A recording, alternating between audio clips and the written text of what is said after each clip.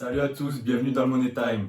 Aujourd'hui, on continue de revenir sur la suite du premier tour des playoffs, avec dans cette vidéo l'affrontement que tout le monde attendait, donc entre les Celtics et les Nets, deuxième match de la série. On vous fera ensuite une autre vidéo sur l'affrontement entre les Sixers et les Raptors, et le deuxième match de la série entre les Bulls et les Bucks. Le premier match de cette série entre les Celtics et les Nets qui avait été remporté par les Celtics à la maison sur un buzzer beater de Jason Tatum. Donc match très accroché. On s'y attendait.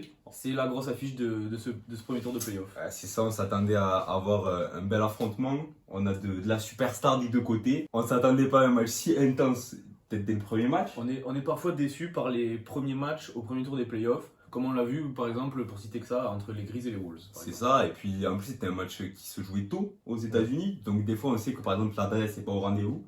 Là c'était pas du tout ça. On a eu que la grosse défense, ça jouait physique, c'était vraiment un vrai match de playoff. Et pour un premier match comme ça d'une série de premier tour, c'était quand même assez impressionnant. J'ai cru que j'allais déclencher. Ah, je déclenche. C'est pas possible. Comment je grille ma première cartouche sur un truc aussi mauvais? Donc deuxième match toujours à Boston, un match qui va mal commencer pour les superstars des équipes. C'est un début de match où les role-players vont plutôt se montrer en sachant qu'il y aura une grosse défense de Boston comme sur le premier match sur KD et sur Kyrie Irving notamment. C'est ça qui va un peu sauver Boston et leur permettre de rester au contact. On a un début de match 9-0 infligé par les Nets, Bruce Brown qui s'était fait une purée. Oui. Voilà, c'était de la gâchette à 3 points quoi. De l'autre côté, rien qui rentrait, Tatum et Brown c'était vraiment une catastrophe en première mi-temps.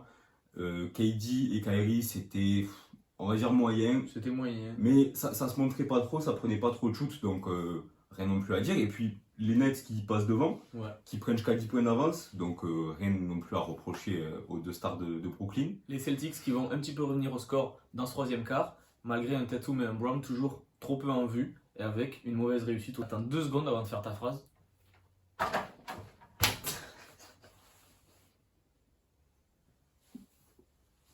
Heureusement, du côté de Boston, il y a des joueurs qui arrivent à tenir la maison. On a du Grant Williams très très solide à 3 points. Du Al Horford qui dans la peinture montre qu'il est présent. On sait qu'en face du côté des Nets, le point fort n'est pas sur les postes 4 ou 5. Donc il arrive à bien se montrer, très bon au rebond offensif.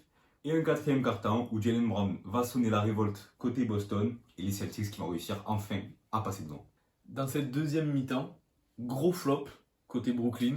Kyrie et KD qui ont fait un match catastrophique. C'est une catastrophe, zéro clutch, zéro shoot qui rentre. Zéro clutch, en fait zéro tout quoi. Voilà, c'est du zéro, c'est-à-dire qu'on n'a plus rien quoi. Et c'est même pas du découvert, c'est-à-dire qu'on est à zéro. Non, on est à ça, zéro. Ça bouge pas. Non, c'est rien du tout.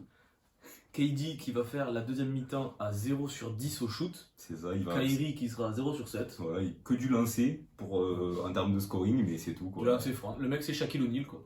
C'est ça. Sauf que en fait, ils n'ont pas du tout le même physique finalement. Non, ah ouais. Ils jouent pas dans la même équipe. Okay. Il y en a un qui joue plus. Uh-huh. D'un côté, c'est manque d'adresse côté Brooklyn, la grosse défense côté Boston, le réveil de Jaylen Brown et là le. Avec notamment des shoots très clutch côté Boston, du Grant Williams, du Jaylen Brown et un shoot qui va sceller la victoire, Marcus Smart.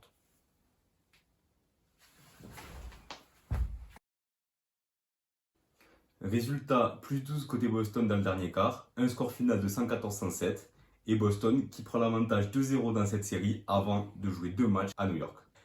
On a donc parlé de flop pour les superstars, KD, Kyrie, même Jason Tatum, qui lui n'a pas relevé son adresse en fin de match contrairement à Jaylen Brown.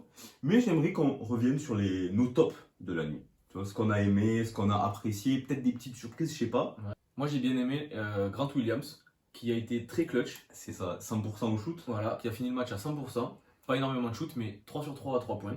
Ce qui a permis à Boston de vraiment relever la tête et de prendre un petit peu d'avance dans ce dernier quart. Ouais, et c'est vrai que ça fait du bien d'avoir un Grant Williams en forme quand les stars sont un peu moins en vue. De mon côté, petite mention spéciale à Peyton Pritchard, le jeune joueur des 6 qui, malgré son faible temps de jeu, il a joué que 15 minutes hier. Quand il est sur le terrain, il fait du bien, il gère bien, peu de pertes de balles, il perd qu'un ballon hier soir. D'habitude, on le voit plus à longue distance, à tirer à 3 points. Hier, il a vu que ça rentrait pas, c'est un 0 sur 2, il a adapté son jeu, agressif, voilà, bon en défense aussi, bien présent, et ça fait beaucoup de bien. Et c'est un des facteurs X hier, selon moi. Fin du débrief sur ce match entre les Celtics et les Nets. Merci d'avoir regardé la vidéo, n'hésitez pas à vous abonner. À bientôt dans le Money Time.